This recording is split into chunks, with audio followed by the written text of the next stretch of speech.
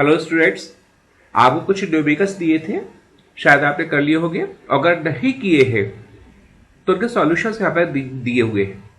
हमारा पहला न्यूमेरिकल था 7 and 14 का अगर हम न्यूक्लियस लेके चले उस न्यूक्लियस में कितना आवेश होगा। तो 7 and 14 नाइट्रोजन का परमाणु है। अगर हम इसके न्यूक्लियस को कंपोजिशन को देखें तो इसका हमने नाभिक को यहाँ पर ड्रॉ किया गया है। ये इसका न्यूक्लियस है। न्यूक्लियस में हमारे प्रोटॉन होते हैं, न्यूट्रॉन होते हैं। न्यूट्रॉन पे कोई आवेश नहीं होता, जो भी आवेश होगा वो प्रोटॉन पर होता है। तो सबसे पहले हम ये देखें जो 7 and 14 है इसमें कितने प्रोटॉन्स हैं।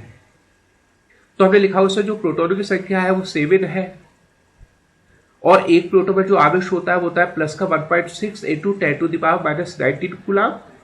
तो 7 प्रोटॉन पर जो कुल आवेश होगा that is Q equal to 7 into 7 का 1.6 into 10⁻⁻19 से जब मल्टीप्लाई करोगे तो इतने कूलम आवेश होगा।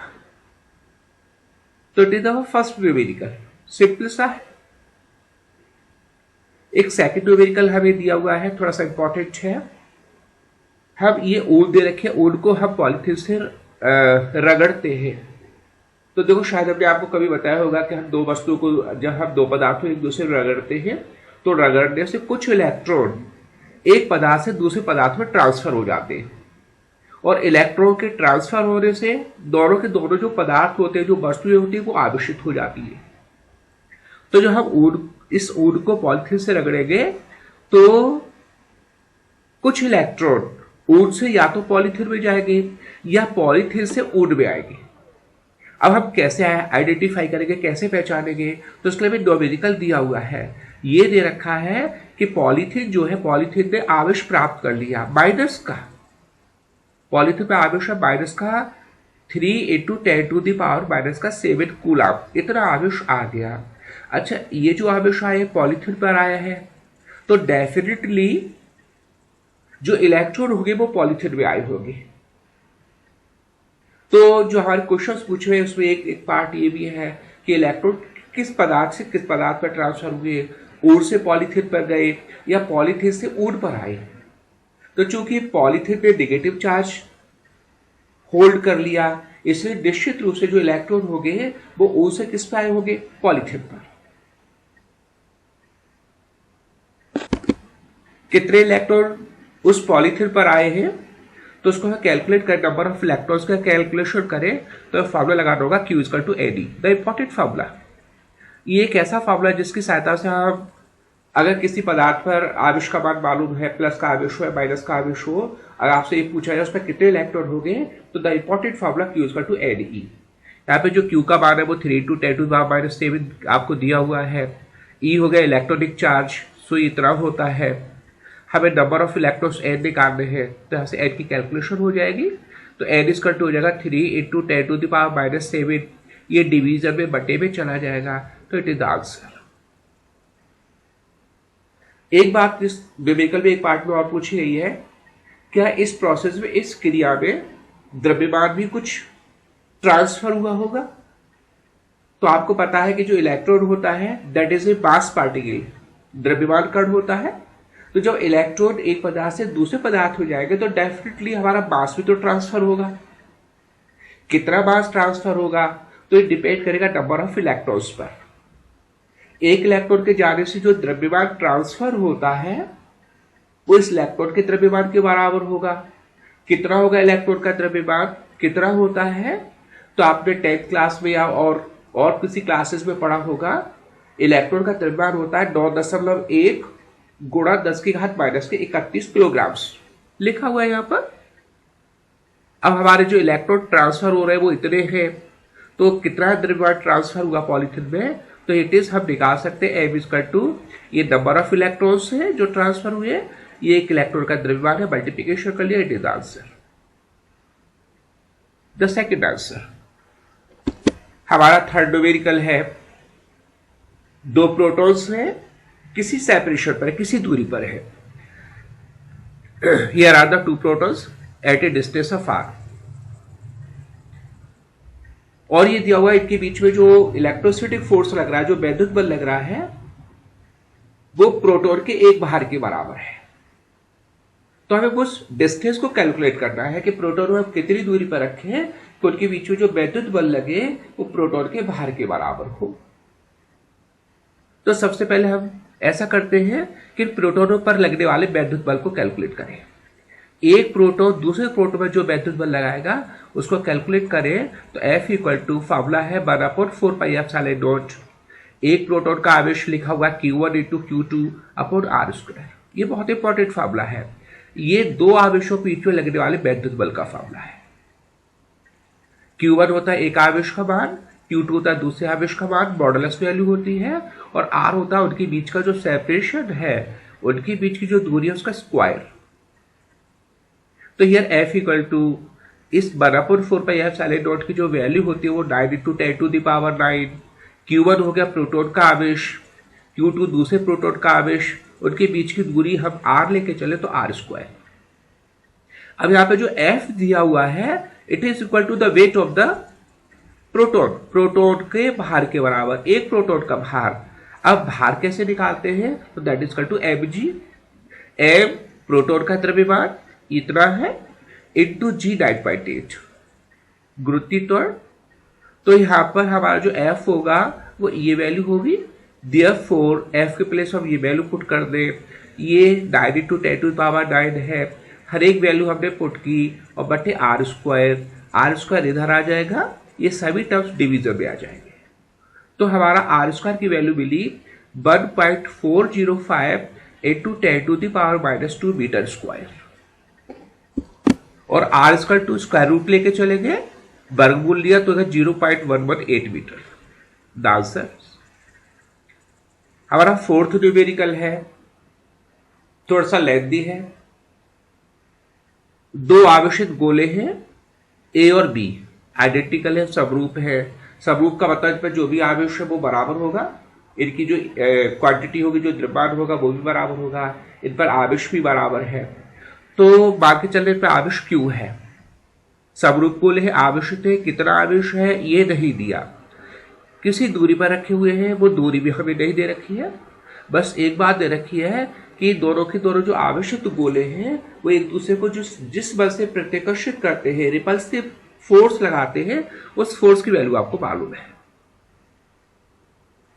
अब न्यूमेरिकल कुछ ऐसा है, अगर हम एक तीसरा अनावेशित गोला लेके चले जो अनचार्ज्ड है, उस पर कोई आवेश नहीं है, लेकिन वो A और B के आइडेंटिकल है, उस तीसरे गोले C को एक बार हम B से स्पर्श कराएं और B से स्पर्श कराने के बाद A और B के ठीक बीच में रख दें, तो C पर नेट फोर्स कितना लग रहा होगा। तो दिस इज द न्यूमेरिकल। तो सबसे पहले हम ऐसा करते हैं, जो हमारा A और B जो ये दो स्फीयर्स हैं, इन पर जो फोर्स लग रहा हो उसका हम इक्वेशन लिखें।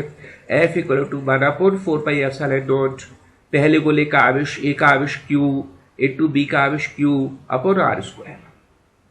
यहाँ पे जो फोर्स आपको दिया हुआ है वो 2.0 into 10 to the power -5 newton F का मान दिया हो, तो हमें वैल्यू हमने पुट कर दी, equal to 1/4 pi epsilon naught की वैल्यू पुट कर दी हमने 9 इंटू 10 टू द पावर 9, ये Q गोले का आवेश इंटू ये Q गोले B का आवेश upon R square, equation first.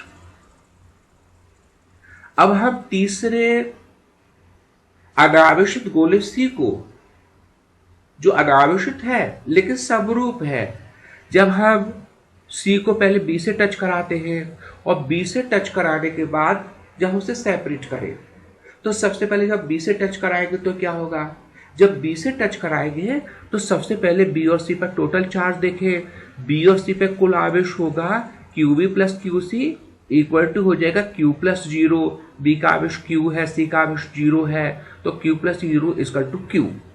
It is a total charge और B एंड C बोथ जब वो कंबाइंड पोजीशन में है, जब एक दूसरे संपर्क की स्थिति में है तब।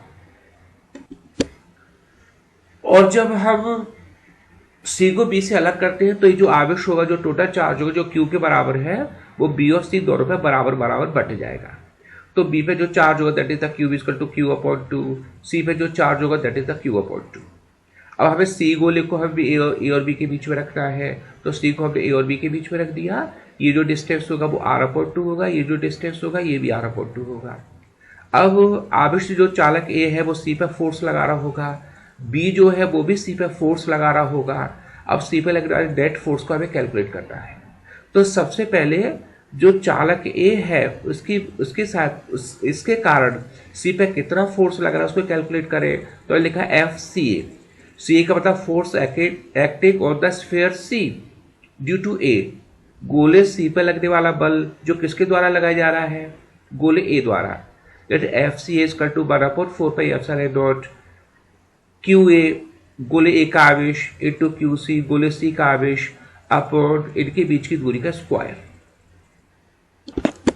That is FCA is to 1/4πε0 गोले पर जो आवेश है वो Q है, गोले C पे जो आवेश है वो Q/2 है। तो Q1 के प्लेस पर Q हो गया, Q2 के प्लेस पर Q/2 हो गया, और अपॉन इनके जो बीच की दूरी है A और C के बीच की दूरी वो R/2 का होल स्क्वायर। तो उसको सिंप्लीफाई किया तो 1/4πε0 Q²/2 और अपॉन में R²/4, 4 ऊपर जाएगा मल्टीप्लाई के फॉर्म में। तो FCA is to 1/4πε0 into 2 into Q²/R²। Similarly इसी प्रकार FCB निकाले। FCB बस मीन्स गोले C पे लगने वाला बल जो B के द्वारा लगाया जाए। FCB इक्वल टू 1/4πε0 गोले C का आवेश इंटू B का आवेश अपॉन उनके बीच की दूरी का स्क्वायर। वैल्यू पुट करें तो 1/4πε0 C का आवेश का Q/2 B का आवेश Q/2 बीच की दूरी का स्क्वायर हो गया R²/4। सिंप्लीफाई करें तो 4 से 4 कैंसिल, तो FCB इक्वल टू 1/4πε0 Q²/R²। अब ये जो दो फोर्स है, one force FCA and the second force is FCB, ये दोनों के दोनों जो बल हैं वो गोले C पे लग रहे हैं लेकिन अपोजिट डायरेक्शंस में है। तो नेचुरली जब नेट फोर्स निकालेंगे तो लार्जर फोर्स में से स्मॉलर फोर्स को माइनस करेंगे, तो net force equal to FCA minus FCB। इसको सिंप्लीफाई करें तो F इक्वल टू हमने इक्वेशन लिख लिया, और माइनस जब करेंगे तो यहाँ बचेगा F इक्वल टू 1/4πε0 Q²/R², जो आपको गिवन है 2.0 into 10⁻⁻5 Newton. It is the answer. And the fifth question, इसमें क्या दिया हुआ है हमारे पास, एक समबाहु त्रिभुज है, समबाहु त्रिभुज ABC। इसके तीनों शीर्षों पर प्लस Q आवेश है, स्मॉल q। शीर्ष पे प्लस का Q आवेश है, B पे प्लस Q आवेश है, C पे वो प्लस Q आवेश है, और इसका जो केंद्रक है, केंद्रक में इस बार दिखा हुआ कटान बिंदु O है, उस पर प्लस का कैपिटल Q आवेश है। हमें क्या करना है, what we have to do, हमें इस प्लस Q आवेश में लगने वाला नेट परिणामी बल निकालेंगे। परिणामी बल तो सिंपल, इस प्लस Q आवेश पर जो बल लग रहा होगा वो इन तीनों आवेशों की वजह से लगेगा। इस प्लस Q की वजह से यहाँ पे फोर्स लगेगा, इस वाले प्लस Q की वजह से यहाँ पे फोर्स लगेगा, और इस वाले प्लस Q की वजह से भी यहाँ पे फोर्स लगेगा। तो वन बाई वन पहले इस प्लस Q आवेश की वजह से इस पर फोर्स निकालेंगे, फिर इस प्लस Q आवेश की वजह से फोर्स निकालेंगे, फिर इस प्लस Q आवेश की वजह से इस पर फोर्स निकालेंगे, और सभी बलों के बाद देखेंगे और उनकी डायरेक्शंस देखेंगे। तो सबसे पहले हमने लिखा हुआ है कि ये जो शीर्ष पे जो प्लस Q आवेश है, इसकी वजह से इस प्लस Q आवेश पर जो O पॉइंट पर है, कैपिटल Q है, इस पर लगने वाला फोर्स निकाले। जैसे FOA, O बीस O हमने जो पॉइंट है जिस पर प्लस का कैपिटल Q आवेश है, वहां पर लगने वाला फोर्स निकालना है O पॉइंट पर। तो O को आप पहले लिखेंगे, A पॉइंट पर जो आवेश है इसकी वजह से निकालना है, इसको पीछे लिखते हैं जनरल रिप्रेजेंटेशन में। तो FOA इज टू 1/4πε0, ये आवेश Q लेके चलेंगे Q1, दूसरा आवेश Q2 कैपिटल Q लेके चलेंगे, और बीच की जो डिस्टेंस होगी वो A से लेके O तक की दूरी होगी, that is AO square. In the same order, इसी तरह से जो B पर आवेश प्लस का Q, इसकी वजह से ये A पर आवेश था प्लस का Q, यहाँ पर जो आवेश है ये B पर प्लस का Q है, इसकी वजह से आप फोर्स निकालें। जो C पर आवेश है प्लस का Q, इसकी वजह से कैपिटल Q पर फोर्स निकालें। तो बी पर फोर्स भी इतना ही होगा, that is F O B equal to होगा 1/4πε0, ये Q small Q into capital Q upon distance हो जाएगा बी से लेके ओ तक का डिस्टेंस का, उसका B O square. In the same manner F O C equal to होगा 1/4πε0 small Q into capital Q और डिस्टेंस होगा सी से लेके ओ तक का स्क्वायर, सी ओ स्क्वायर। अब हम ये डिस्टेंसेस, एक डिस्टेंस हमारे पास ए ओ है, एक डिस्टेंस बी ओ है and the third distance is C O. समबाहु त्रिभुज है तो ये दो सभी डिस्टेंस आपस में बराबर होंगे। कितने होंगे तो उसको कैलकुलेट करने के लिए सबसे पहले हम एक समकोण त्रिभुज लेके चलते हैं, that is A D B. A D B इस समकोण त्रिभुज जो ए बी है वो ए दे रखा है स्मॉल ए, हमारा जो बी जी होगा वो a/2 होगा। हमें सबसे पहले ए डी कैलकुलेट करें तो A D square equal to लिखा हुआ है A B square minus B D square. A D square equal to लिखा हुआ है A B square minus B D square. A B की वैल्यू ए है, A square minus a/2 whole square. तो A square minus A square upon 4 simplify करेंगे तो 3a square upon 4। Therefore A D equal to square root लेंगे √3/2 into ए। बहुत important result, इसी की बात नहीं है। वैसे आपको ध्यान रखना है कि अगर आपके पास कोई समबाहु त्रिभुज हो, उसकी भुजा अगर एक भुजा ए हो और क्या उसकी बाध्यिका बताइए, ये बाध्यिका ए डी बताइए, तो जो बाध्यिका होती है वो भुजा की √3/2 गुनी √3/2 टाइम्स। तो हमारा जो ए डी होगा वो भुजा का कितना गुना है, √3/2 गुना। अब हमारा जो ये हिस्सा होगा ए ओ वो ए डी का होगा 2/3।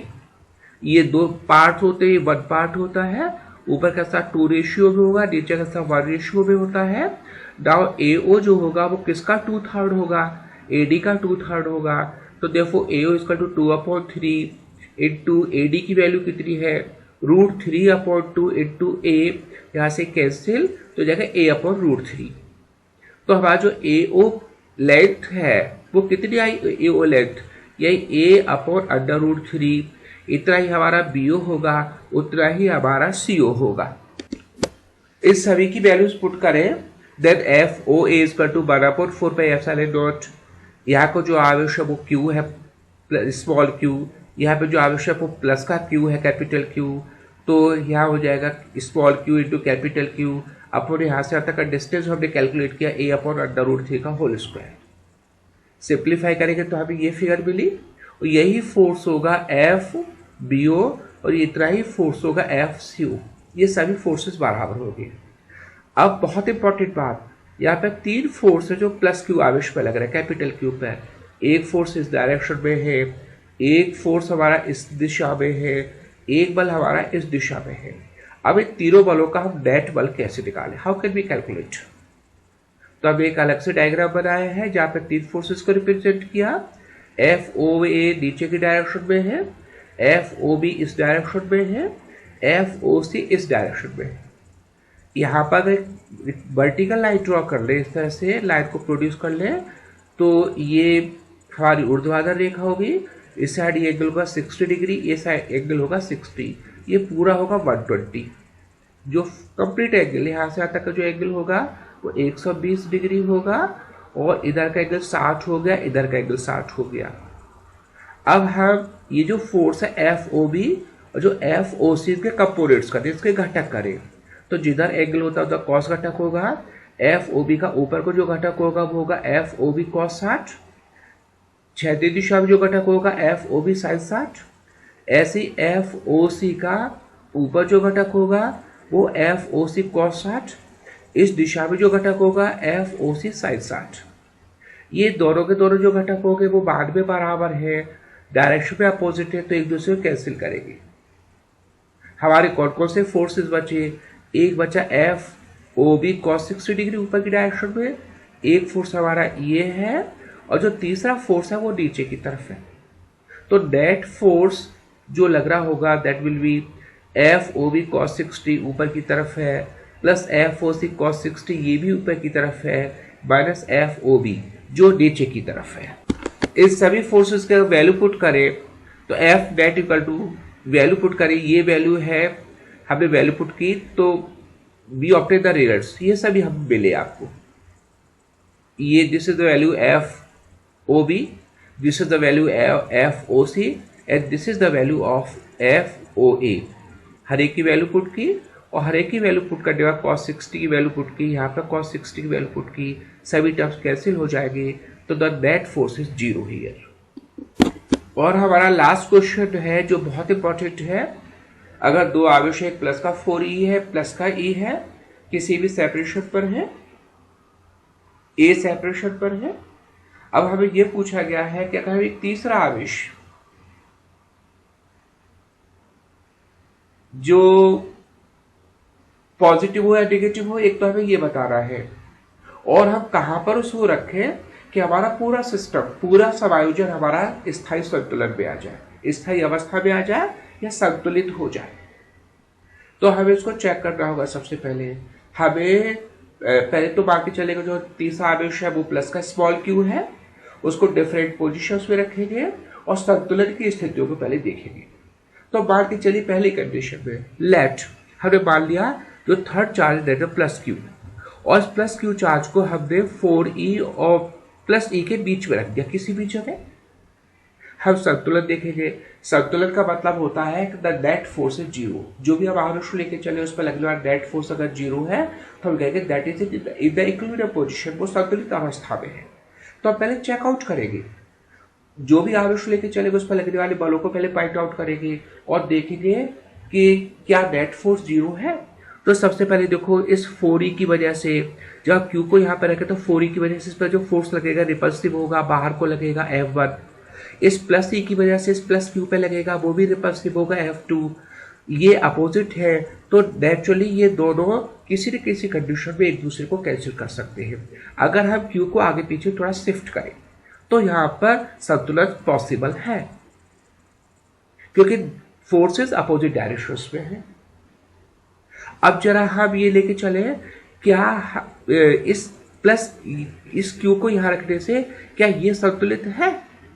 तो q की वजह से इस पर लगने वाले फोर्स को देखिए, वो रिपल्सिव होगा, बाहर को होगा। इस प्लस e की वजह से इसका फोर्स देखिए, वो भी बाहर को होगा। तो प्लस 4e पर जो फोर्सेस लग रहे हैं ये दोनों के दोनों बल बाहर की तरफ है, एक ही डायरेक्शन में है, तो इस संतुलन की स्थिति नहीं बनेगी। तो हमारा 4e संतुलित की स्थिति में नहीं होगा। इसी तरह से इसको चेक करें, ये e भी संतुलन की स्थिति में नहीं होगा। इसलिए नहीं होगा, इस q की वजह से पर जो फोर्स लगेगा वो रिपल्सिव होगा, बाहर को होगा। 4e की वजह से पर जो फोर्स लगेगा वो भी रिपल्सिव होगा, बाहर को होगा। इसका भी संतुलन नहीं होगा। बेस पहली कंडीशन में ये समझ में आई कि अगर हम प्लस चार्ज लेके चले और प्लस चार्ज को उसके बीच में रख दें तो हमारा पूरा का पूरा डेका है, पूरा का पूरा सिस्टम संतुलन में नहीं रहता। This is the first condition, जब हम प्लस क्यू आवेश को दोनों के बीच में रखें। अब हम सेकंड कंडीशन ये मान के चल रहे हैं, माना जो प्लस क्यू आवेश तो प्लस क्यू है 4e के या प्लस e के आउटसाइड में है, बाहर की तरफ है। सपोज कर लो हम इस प्लस क्यू चार्ज को e के बाहर की तरफ लिया, फिर इसका संतुलन चेक किया। इस प्लस e की वजह से इस पर जो फोर्स होगा वो बाहर को होगा, प्रतिकर्षण का। इस 4e की वजह से पर जो फोर्स होगा प्लस क्यू पर ये भी बाहर को होगा। तो निश्चित रूप से यहाँ पर संतुलन नहीं बनेगा, यहाँ पर भी संतुलन नहीं बनेगा, यहाँ पर भी संतुलन नहीं बनेगा। तो बेसिक बहुत इंपॉर्टेंट बात कि अगर दो प्लस आवेशों के बीच में अगर हम तीसरा प्लस आवेश लेके आए, उसे चाहे बीच में लेके आए चाहे उसके बाहर की साइड में कहीं लेके आए, वो संतुलन की पोजीशन नहीं बन सकती, निकाय कभी भी संतुलित नहीं होगा। अब हम ऐसा करते हैं, प्लस क्यू आवेश को या सपोज कर लो माइनस क्यू आवेश है, उसे बीच में रख दिया। तो माइनस क्यू आवेश को हमने बीच में रखा, तो फिर चेक किया क्या पूरा सिस्टम इक्विलिब्रियम में है। तो प्लस 4e की वजह से फोर्स लगेगा, अट्रैक्शन का होगा अंदर को, प्लस e भी इसमें फोर्स लगाएगा, फोर्स ऑफ अट्रैक्शन अंदर को। तो हमारा माइनस क्यू संतुलन की पोजीशन में होगा। क्या प्लस 4e संतुलन में होगा? तो माइनस क्यू की वजह से जो फोर्स लगेगा, फोर्स ऑफ अट्रैक्शन अंदर को होगा, इस प्लस ई की वजह से जो फोर्स लगेगा वो रिपल्सिव होगा, बाहर को होगा, तो ये भी हमारे संतुलन में होगा। क्या प्लस ई संतुलन में होगा? तो जैसे प्लस 4 ई संतुलन में होगा, in the same manner plus E भी संतुलन में होगा। तो इस कंडीशन में हमारा पूरा सिस्टम, हर एक आवेश संतुलन में है। जब संतुलन की स्थिति को दर्शाता है तो एक तो हमें डिसाइड हो गया कि दो प्लस आवेशों के बीच में एक तीसरा नेगेटिव आवेश बीच में रखा जाए तो वो संतुलन में रहता है। अब कहां पर रखा जाए, इसकी हमें डिस्टेंस कैलकुलेट करनी है। तो सपोज कर लो -q आवेश को हमने +4e से x डिस्टेंस पर लिया, तो डिस्टेंस हो गया हमारा x, ये डिस्टेंस बचा a - x। इस -q पे लगने वाले फोर्स को कैलकुलेट किया, देखा हमने। सबसे पहले 4e की वजह से इस -q पे लगने वाले फोर्स को निकालेंगे, फिर +e की वजह से -q पे लगने वाला फोर्स। तो सबसे पहले इस +4e की वजह से इस पे लगने वाले फोर्स को अगर कैलकुलेट करें तो दैट इज ये प्लस का आवेश है, ये माइनस का आवेश है, तो अट्रैक्शन होगा F1 force F1 = 1/4πε0 4e charge का मॉडुलस इंटू -q का मॉडुलस अपन यहाँ से यहाँ तक के डिस्टेंस का स्क्वायर। मॉडुलस हमने इसलिए लिया है कि कोई आप आवेश चाहे प्लस का हो चाहे माइनस का हो, हमेशा उसकी मॉडुलस वैल्यूज की वैल्यू लेके चलेंगे। तो ये it is 1/4πε0 4 × e × q upon x²। इसी तरह से -e आवेश की वजह से +e आवेश की वजह से -q पे लगने वाला फोर्स निकाला F2 = 1/4πε0 -q का modulus into e upon a - x का होल स्क्वायर। तो ये इट इज। अब -q के आवेश के संतुलन के लिए हमारे F1 फोर्स F2 फोर्स के बराबर हो चाहिए। दोनों फोर्सेस को भी इक्वलाइज किया, इक्वलाइज करने के बाद हमारा E से E कैंसिल हो गया, Q से Q कैंसिल हो गया, 1/4πε0 कैंसिल हो गया, यहाँ बचा 4/x² = 1/a - x का होल स्क्वायर। स्क्वायर रूट लिया, 2/x + +(-1/a - x)। एक बार पॉजिटिव साइड लेके चले, प्लस लेके चले, तो 2/x + +1/a - x cross multiplication किया तो 2 × a - x x, यहाँ से सिंप्लीफाई किया तो 2a - 2x 2x, 3x 2a, तो x 2/3a। मतलब हमारा जो माइनस का q आवेश है वो दोनों के बीच की दूरी के 2/3 डिस्टेंस पर होना चाहिए 4e से। अगर आप माइनस का साइड लेके चले तो 2/x - 1/a - x, सिंप्लीफाई करें तो 2 × a - x और सिंप्लीफाई करें तो x = 2a, जो संभव नहीं है। तो these were the solutions. Thanks a lot.